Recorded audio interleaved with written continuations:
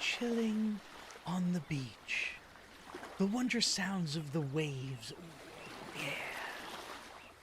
But on to other things. It's time to go over the EA Play E3 2019 presentation.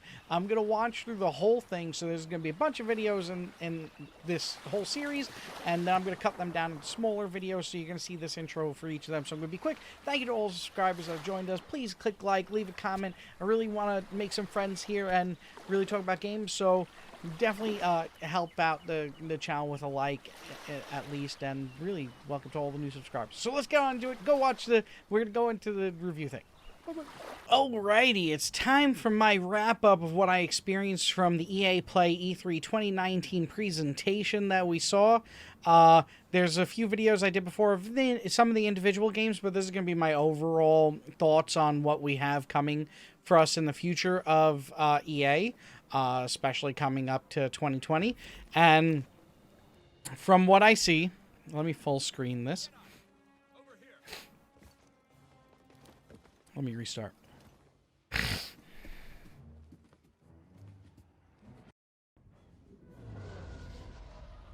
Alrighty, it's time for me to do my wrap-up of the EA E3 presentation that happened, the EA Play E3 presentation that we had come out yesterday. This is going to be my full wrap-up. I did a few of the games that were shown, and I did like a watch through and review, but this is going to be my overall review of everything that I kind of saw and experienced, and what my thoughts are on the kind of future of EA and what's happening. And what I can say off the bat is I am worried. I am definitely worried. As we can see here, this is a Star Wars game here, and this is a very linear kind of story game, akin to, I'm guessing, the depth of maybe a Lego game even. In this day and age, with a lot of games such as like Days Gone, Tomb Raider, like I had mentioned in the individual review of this game, there's so many games that are coming out there, just big open world experiences. So this game, a lot's gonna be riding on how good the story is for this game, and how enthralling it is, how much you care about your character, and you know how amazing the gameplay is, how amazing it's going to feel to fight with this lightsaber, and with a new ability of kind of freezing targets. So a lot's going to be riding on that. And then if you look at the rest of the games, I mean, all the sports games were pretty much same old, same old. They make so much money for EA, just too much money for EA. That's why microtransactions are a problem. It's the sports games, because the sports games do so well. They consider that same like kind of mechanic is going to work on every other game. And that's where really these microtransaction problems have come from. It's the microtransactions that exist in those sports games, and the lack of real growth that those sports games really experience over the years. Like really, you don't like, they come out every single year, so there's not much they can really innovate every single time. And then over time, it's just kind of like, it's very minimal. It's very minimal. But for an experience for sports people that are into these sports in real life, you know, it kind of fulfills that like experience from like, for like a Star Wars fan getting a Star Wars game finally to play as Jedi. This is the same thing for the people who, you know, sit and watch sports, and that's their enjoyment. So in gaming, of course, that's why games that are of sports do pretty well. There's a lot of people that like sports. A lot of people that like sports. So you're not dealing with like a niche market or a smaller market. You're dealing with a very large market. And then on top of that, sports games kind of appeal to regular gamers too, that want to just have that player versus player experience. So even if they don't watch that sport in real life, it'll still fulfill that feeling of like, you know, being a sports game. And just like a competitive kind of experience. I know when I was growing up, I watched like the World Cup, but I'm not really into watching soccer. Every now and then I'll watch like an MLS game or whatnot if I see it on, but I don't really go to like ESPN or any of those channels because I'm not really into sports. I like playing them in real life more than I like watching them. Yeah, so like it'll still have that appeal, and it's still something for regular gamers that you can play, and it's fun. It gives you that competitive experience that maybe you're tired of first-person shooters, you want to kind of verse each other in a different way. That's not just first-person shooter. A sports game will fulfill that. So, that's why these games do so well. But then on top of it, it's just so anti-consumer. So all of that, then you have The Sims that's coming out, Sims 4, and that looks really cool. The Sims is a solid type of game to play. EA definitely has, out of these 6 games, they also did Battlefield 5, which honestly, for me, Battlefield 5 isn't even on the radar for me, just because it's just, if I'm going to play a shooter, why am I going to go to Battlefield 5 at this point? I'd rather play Call of Duty even than play that game. Like, it's neat as a visual experience, but they've never been as crisp of a type of shooter, in my opinion, as a Call of Duty would be. So it's like, you don't get to feel like the difference in guns. They didn't even mention anything about Star Wars Battlefront 2, which I don't know why. Maybe there's going to be more stuff coming out throughout the EA conference, so maybe that's why that they didn't mention that, and I don't know, but, Battlefield just felt like Battlefront 2, but with a World War II skin on it, It didn't really impress me, and the guns really, like I said, like, very rarely do they really feel different. It's more of a visual and like an experience type of game. You experience it because they do get the visuals down really well. They get the sounds down really well. But when it comes down to actual gameplay of what you're mainly doing over and over again, I think it's a better experience to go with like a Call of Duty, because it's going to be much crisper shooting, and the guns do feel different and actually do something different. Most of the guns that I've ever played in Battlefront and Battlefield, I never really ever noticed much of a difference at all. And the shooting's very like gooey, kind of like, it's not like as crisp, like on target, like it's kind of, it just not for me.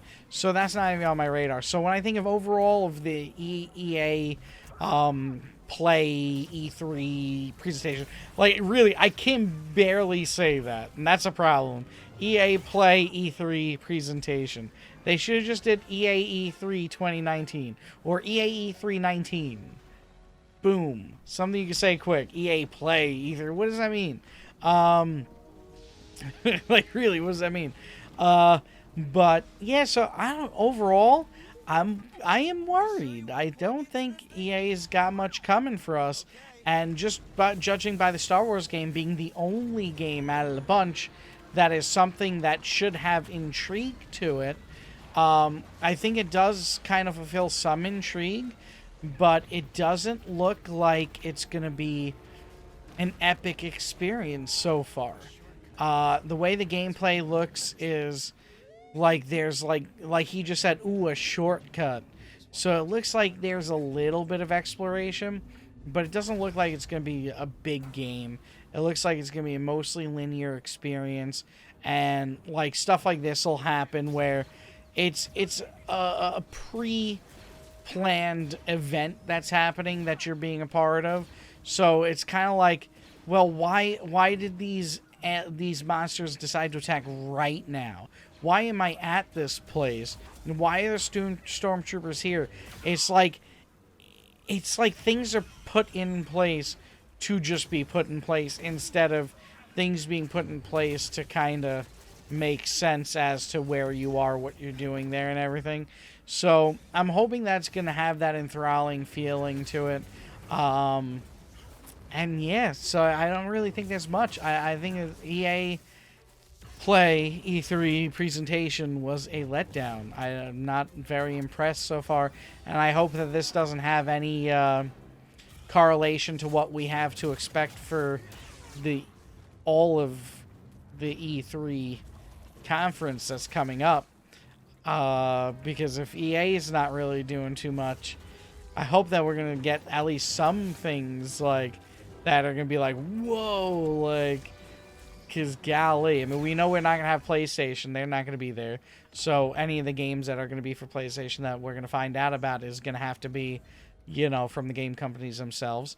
Xbox, I mean, we got new game systems coming out in the near future, so I'm looking forward to hearing about that. But aside from that, I mean, they're buying a lot of companies and everything.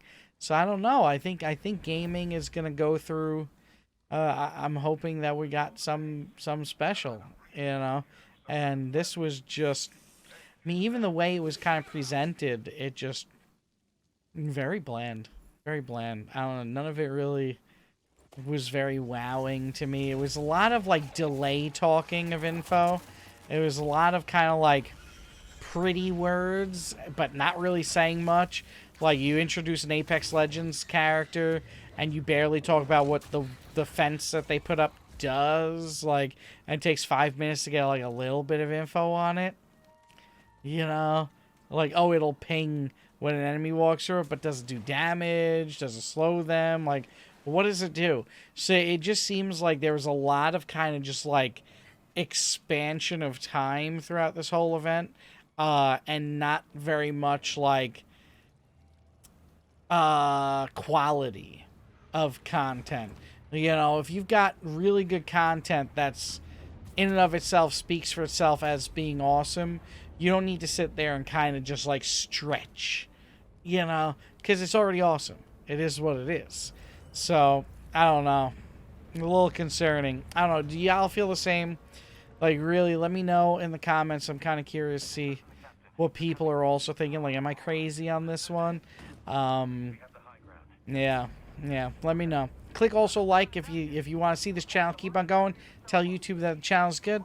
But yeah, really let me know in the comments there what you think there, because I don't know. Like, after spending 3 hours watching this, like, I really could just sum it up to, well, Star Wars kind of looks okay. It's interesting. It's an alpha right now, but I'm looking forward to seeing what the rest of the experience is going to be.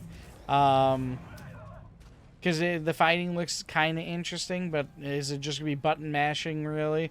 Because this is a person that's playing it right now that, you know, they're making it look extra theatrical. But when you're actually playing it, if basically you could just run in there and smash those 3 stormtroopers with a lightsaber in a split second, is that what you're going to do? Or are you going to need to do the long route like he's doing here? You know, can you go in there and use up all your force? Because this person's very rarely using up all of their force in a fight. You'll see him use like a little sliver of it in the blue bar there. I see, you just use a little sliver. So, what if you, like, look how fast the force just came back. So you can't just force push, grab, pull, force push. You know, like, see, he's not using up his whole bar. So what if the experience is really like you walk into a room and none of these fights really feel too enthralling because you're not going to sit there and take your time like he's doing here, you know? Could be a totally different gaming experience. Just because this looks how it is, you got to look at what's actually happening. And it's like, I see delay, force pull to show you how that thing can attack you. If you do a force pull, so you have to know how to fight them, you know. So there's a lot of things that kind of go into it. And, you know, I have concerns. If this is the main game, in my opinion, other than, you know, their main moneymakers like FIFA and Madden, this is really the main game aside from those. You know, this company really goes for, what is it called again? The, games as a service kind of deal where it's like you're paying a monthly. They're trying to go for, you know, longevity of play. I don't know if they'll allow for like a truly good story experience to happen. I'm hoping, though, crossing my fingers. You know, we'll see how it goes. We'll see how it goes with all these games. But yeah, EA, I think that the gaming sphere, EA is more about the money than making the experiences, and they don't want to have risk on their belts. And yeah, we'll see. But click like, comment, let me know what you think, and well, little just, I don't know. Like, comment, subscribe, and follow if you dare.